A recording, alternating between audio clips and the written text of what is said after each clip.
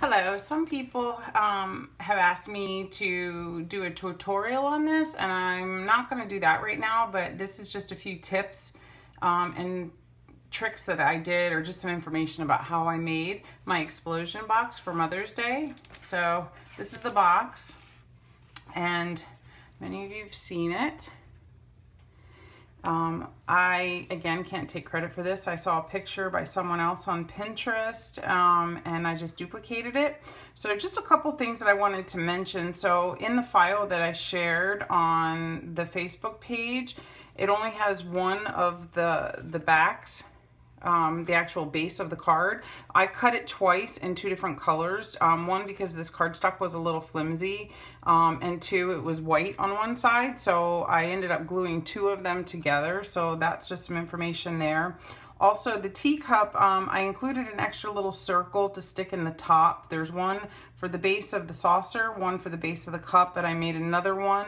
And then I took a little cotton makeup swab, or cotton, you could use a cotton ball, I guess, but I had a little makeup pad that I put in the top of it just to give it a little bit more height, and I used hot glue then to glue the flowers on because I wasn't sure how well they were going to sit, and that seemed to work pretty well.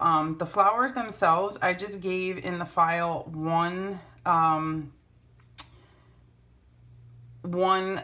cutout, and that's actually every single flower is two of those. So there's a total on mine of, I believe, 14 flowers. 1, 2, 3, 4, 5, 6, 7, 8, 9, 10, 11. I'm sorry, 11 flowers, 4 and 7 in the cup. And there's two of those for each. The center one I rolled pretty tightly, and then I used some dye-based ink real quick.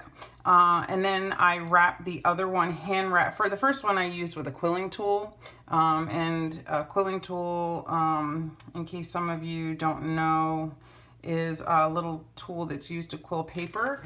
And let me grab it. This is the quilling tool, and it has a little tiny slot inside there. Pardon my hands, I need a manicure.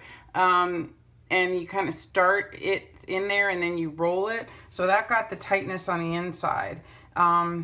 Then I rolled the second one around it and kind of fanned it out. I did use hot glue, so be careful if you burn your fingers. I just find it's a much quicker method to keep them together. Some of them I let the outer one go a little looser than the inner one.